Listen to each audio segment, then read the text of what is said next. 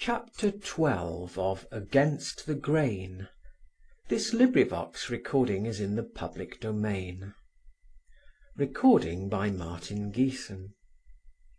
Against the Grain by Joris, Karl, Huysmans. Translated by John Howard. Chapter 12, Part 2. With the Comte de Falloux, the episcopal style, so stupidly handled by the prelates, recruited new strength, and in a manner recovered its masculine vigour. Under his guise of moderation, this academician exuded gall. The discourse which he delivered to Parliament in 1848 was diffuse and abject, but his articles, first printed in the Correspondant, and since collected into books, were mordant and discerning under the exaggerated politeness of their form. Conceived as harangues, they contained a certain strong muscular energy and were astonishing in the intolerance of their convictions. A dangerous polemist because of his ambuscades, a shrewd logician executing flanking movements and attacking unexpectedly, the Comte de Falloux had also written striking, penetrating pages on the death of Madame Swetchine, whose tracts he had collected and whom he revered as a saint. But the true temperament of the writer was betrayed in the two brochures which appeared in 1848 and 1880, the latter entitled L'Unité Nationale. Moved by a cold rage, the implacable Legitimists this time fought openly, contrary to his custom, and hurled against the infidels, in the form of a peroration, such fulminating invectives as these: "And you, systematic utopians, who make an abstraction of human nature, fomenters of atheism fed on chimerae and hatreds, emancipators of woman, destroyers of the family, genealogists of the simian race, you whose name was but lately an outrage, be satisfied. You shall have been the prophets, and your disciples will be the high priests of an abominable future." The other brochure bore the title Le Parti Catholique, and was directed against the despotism of the Univers and against Veuillot, whose name he refused to mention. Here the sinuous attacks were resumed. Venom filtered beneath each line, when the gentleman clad in blue answered the sharp physical blows of the fighter with scornful sarcasms. These contestants represented the two parties of the church, the two factions whose differences were resolved into virulent hatreds. De Falloux, the more haughty and cunning, belonged to the liberal camp, which already claimed Montalembert and Cochin, Lacordaire and de Broglie. He subscribed to the principles of the Correspondant, a review which attempted to cover the imperious theories of the Church with a varnish of tolerance. Veuillot, franker and more open, scorned such masks, unhesitatingly admitted the tyranny of the ultramontane doctrines, and confessed with a certain compunction the pitiless yoke of the Church's dogma. For the conduct of this verbal warfare, Veuillot had made himself master of a special style, partly borrowed from La Bruyere and Du Gros Caillou. This half solemn, half slang style had the force of a tomahawk in the hands of this vehement personality. Strangely headstrong and brave, he had overwhelmed both free thinkers and bishops with this terrible weapon, charging at his enemies like a bull, regardless of the party to which they belonged. distrusted by the Church, which would tolerate neither his contraband style nor his fortified theories, he had nevertheless overawed everybody by his powerful talent, incurring the attack of the entire press, which he effectively thrashed in his Odeurs de Paris, coping with every assault, freeing himself with a kick of the foot of all the wretched hack writers who had presumed to attack him. Unfortunately, this undisputed talent only existed in pugilism. At peace, Veuillot was no more than a mediocre writer. His poetry and novels were pitiful. His language was vapid when it was not engaged in a striking controversy. In repose he changed, uttering banal litanies and mumbling childish hymns. More formal, more constrained and more serious was the beloved apologist of the Church, Ozanam, the inquisitor of the Christian language. Although he was very difficult to understand, Des Esseintes never failed to be astonished by the insouciance of this writer, who spoke confidently of God's impenetrable designs, although he felt obliged to establish proof of the improbable assertions he advanced. With the utmost self-confidence, he deformed events, contradicted with greater impudence even than the panegyrists of other parties the known facts of history, averred that the Church had never concealed the esteem it had for science, called heresies impure miasmas, and treated Buddhism and other religions with such contempt that he apologized for even soiling his Catholic prose by onslaught on their doctrines.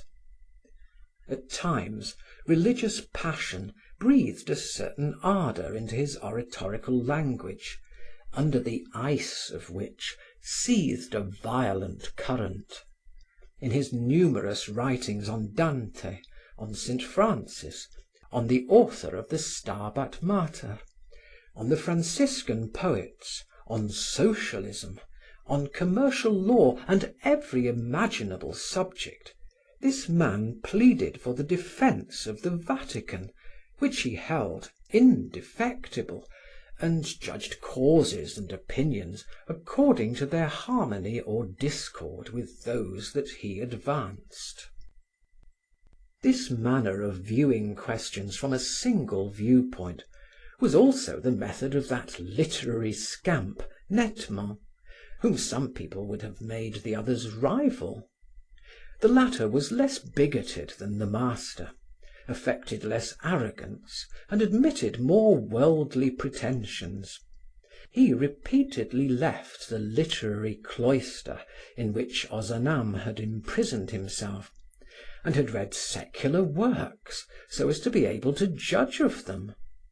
This province he entered gropingly, like a child in a vault, seeing nothing but shadow around him, perceiving in this gloom only the gleam of the candle which illumined the place a few paces before him. In this gloom, uncertain of his bearings, he stumbled at every turn, speaking of Murger, who had the care of a chiseled and carefully finished style, of Hugo, who sought the noisome and unclean, and to whom he dared compare de la Prade, of Paul de la Croix, who scorned the rules, of Paul de la Roche and of the poet Rebou, whom he praised because of their apparent faith. Des Esseintes could not restrain a shrug of the shoulders before these stupid opinions, covered by a borrowed prose whose already worn texture clung or became torn at each phrase.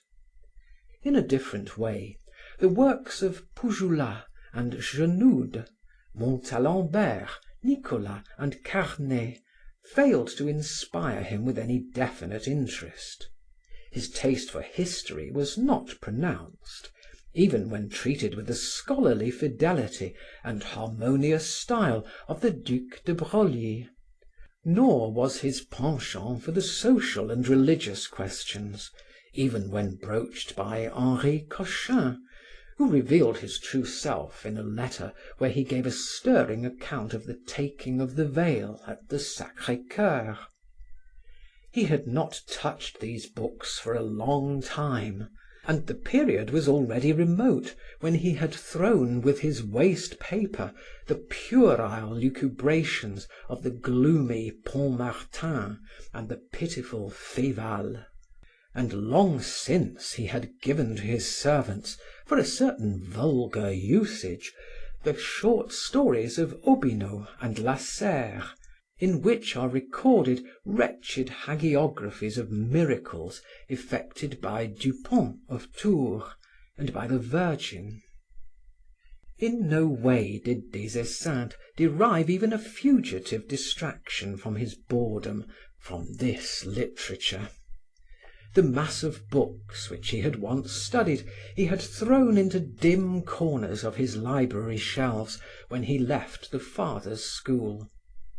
I should have left them in Paris, he told himself as he turned out some books which were particularly insufferable, those of the Abbe Lamennais, and that impervious sectarian, so magisterially, so pompously dull and empty, the Comte Joseph de Maistre. A single volume remained on a shelf, within reach of his hand. It was the of Ernest Hello. This writer was the absolute opposite of his religious confederates. Almost isolated among the pious group terrified by his conduct, Ernest Hello had ended by abandoning the open road that led from earth to heaven. Probably disgusted by the dullness of the journey and the noisy mob of those pilgrims of letters who for centuries followed one after the other upon the same highway, marching in each other's steps, stopping at the same places to exchange the same commonplace remarks on religion, on the church fathers, on their similar beliefs, on their common masters, he had departed through the byways to wander in the gloomy glade of Pascal, where he tarried long enough to recover his breath before continuing on his way and going even farther in the regions of human thought than the Jansenist, whom he derided. Tortuous and precious, doctoral and complex, Hello, by the piercing cunning of his analysis, recalled to Des Esseintes the sharp, probing investigations of some of the infidel psychologists of the preceding and present century. In him was a sort of Catholic Duranty, but more dogmatic and penetrating, an experienced manipulator of the magnifying glass, a sophisticated engineer of the soul, a skillful watchmaker of the brain, delighting to examine the mechanism of a passion and elucidate it by details of the wheel work. In this oddly formed mind existed unsurmised relationships of thoughts, harmonies and oppositions. Furthermore, he affected a wholly novel manner of action which used the etymology of words as a springboard for ideas, whose associations sometimes became tenuous, but which almost constantly remained ingenious and sparkling. Thus, despite the awkwardness of his structure, he dissected with a singular perspicacity the avare, the ordinary man, and the passion of unhappiness, revealing meanwhile interesting comparisons which could be constructed between the operations of photography and of memory. But such skill in handling this perfected instrument of analysis, stolen from the enemies of the church, represented only one of the temperamental phases of this man. Still another existed. This mind divided itself in two parts and revealed, besides the writer, the religious fanatic and biblical prophet.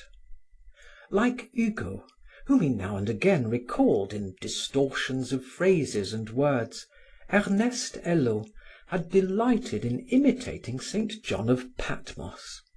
He pontificated and vaticinated from his retreat in the Rue Saint-Sulpice, haranguing the reader with an apocalyptic language partaking in spots of the bitterness of an Isaiah.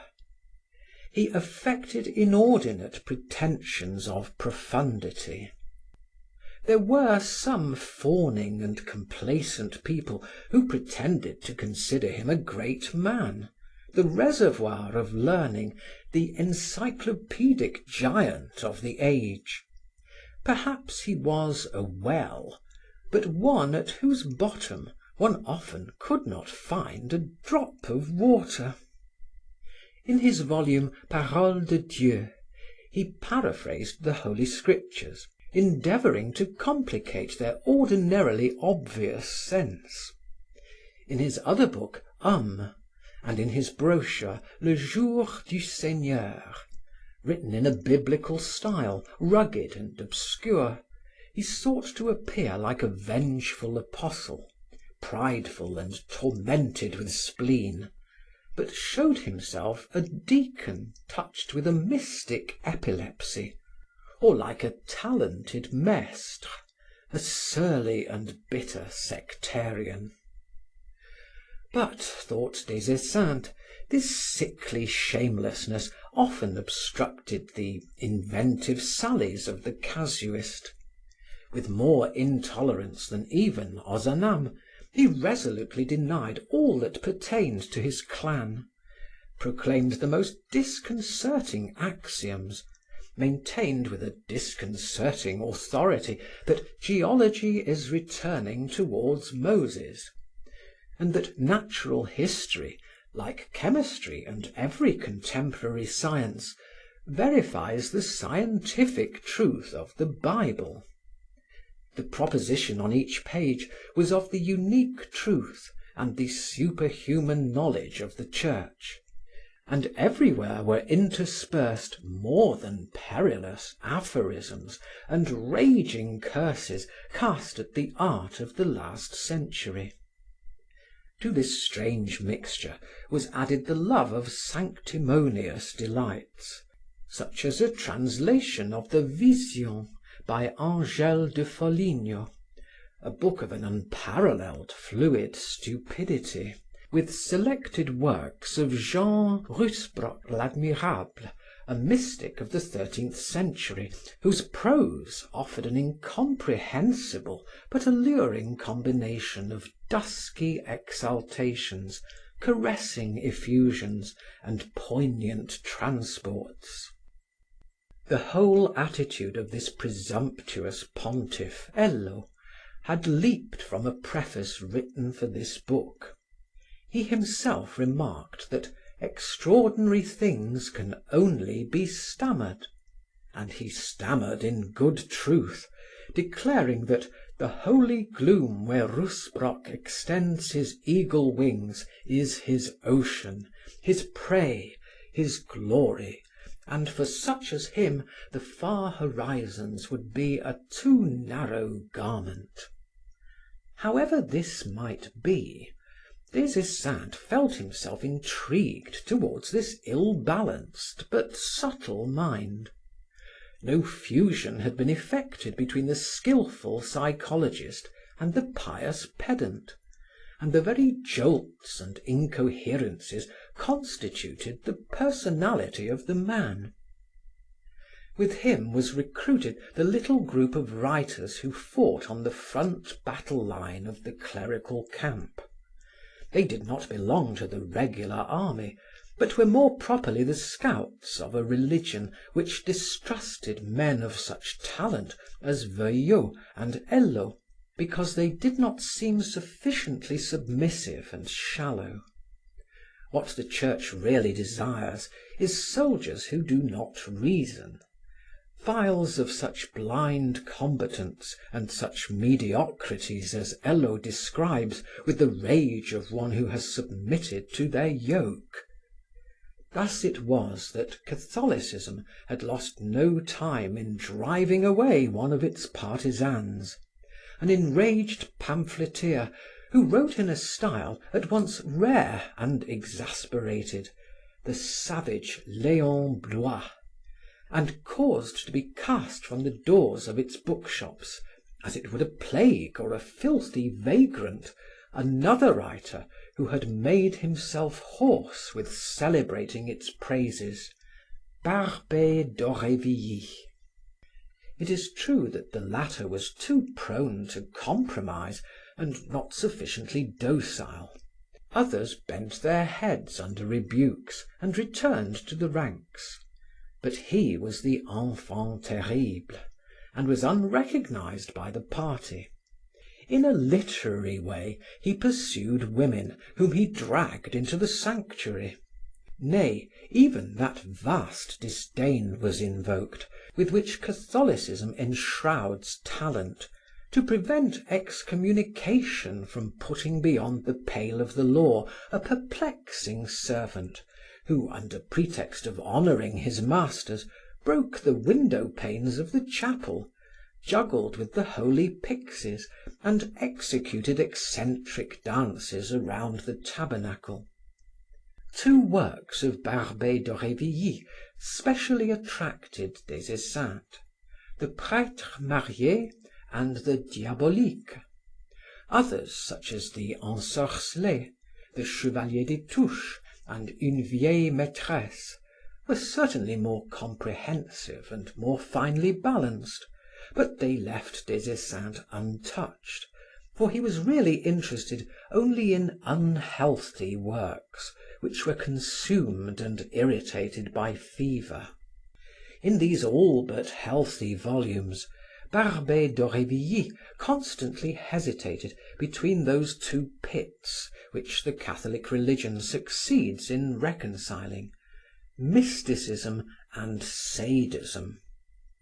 In these two books which Des Esseintes was thumbing, Barbey had lost all prudence, given full rein to his steed, and galloped at full speed over roads to their farthest limits.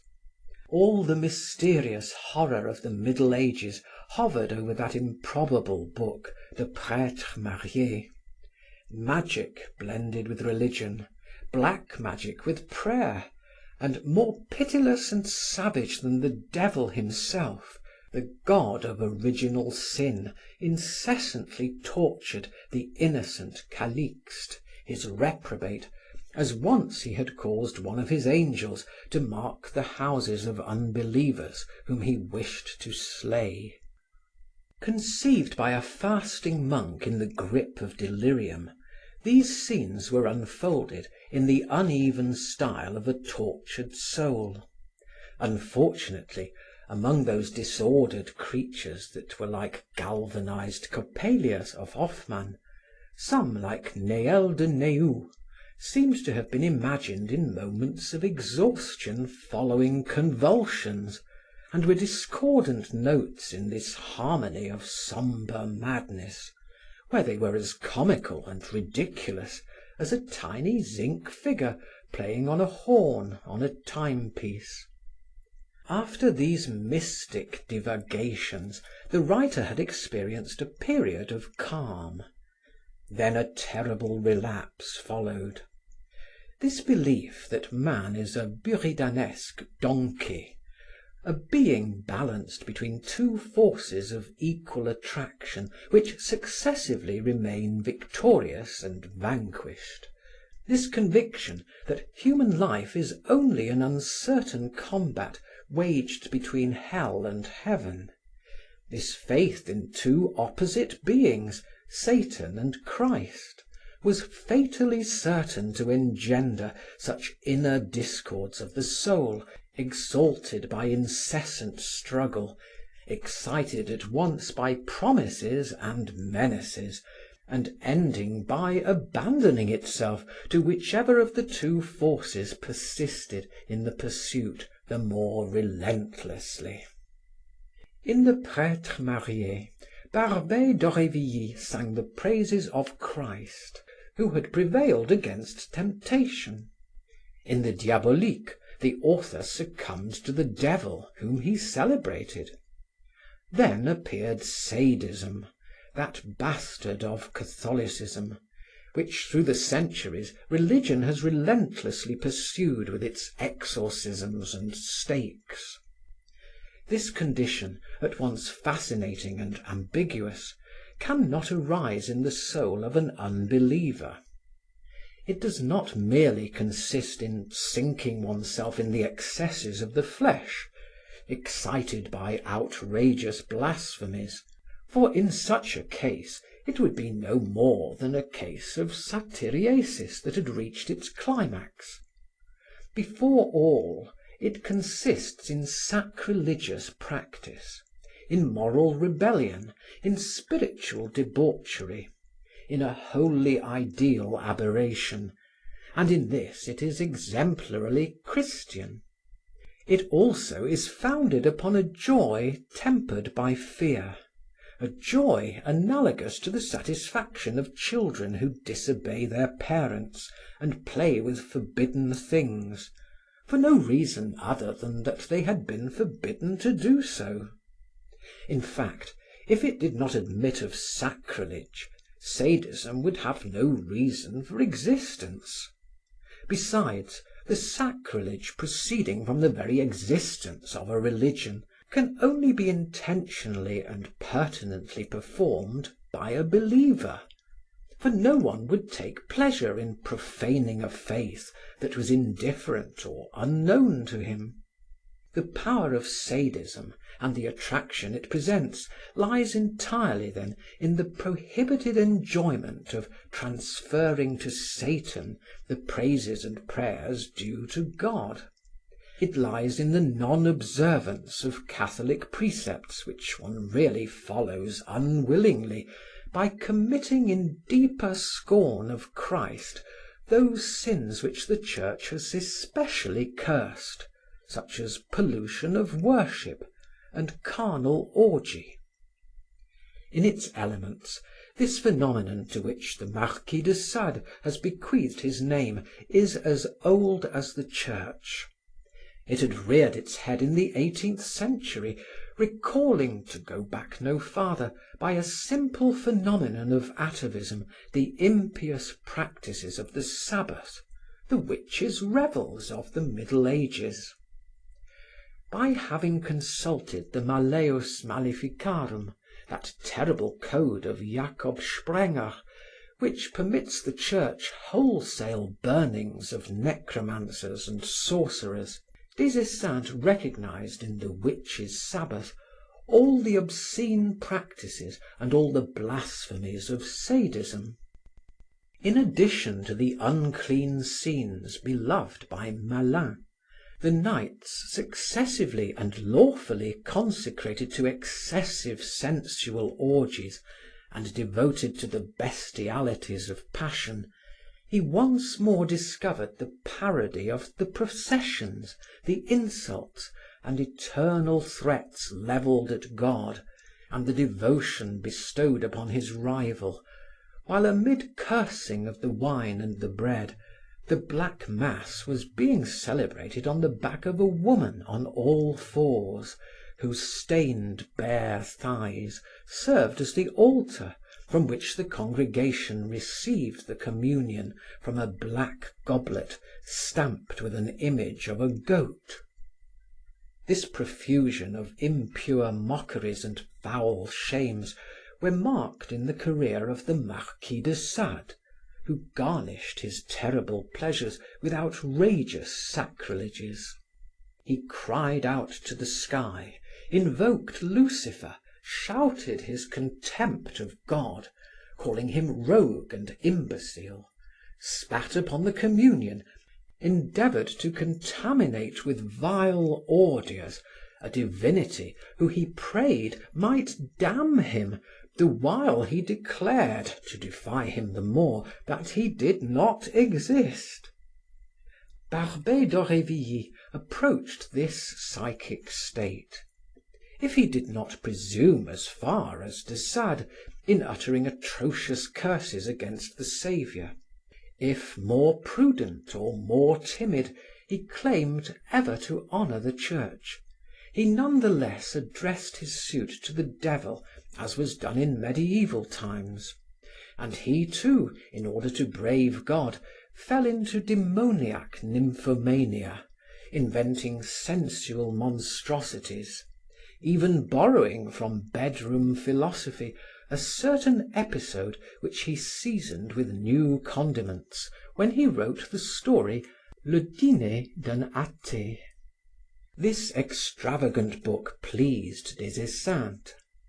He had caused to be printed in violet ink and in a frame of cardinal purple on a genuine parchment which the judges of the Rota had blessed, a copy of the Diabolique, with characters whose quaint quavers and flourishes in turned up tails and claws affected a satanic form.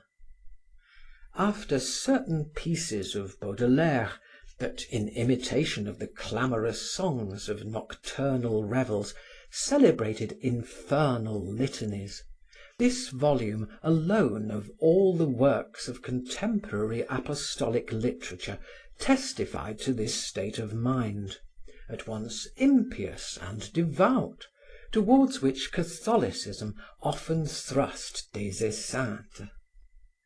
With Barbey d'Aurevilly ended the line of religious writers, and in truth that pariah belonged more, from every point of view, to secular literature than to the other with which he demanded a place that was denied him.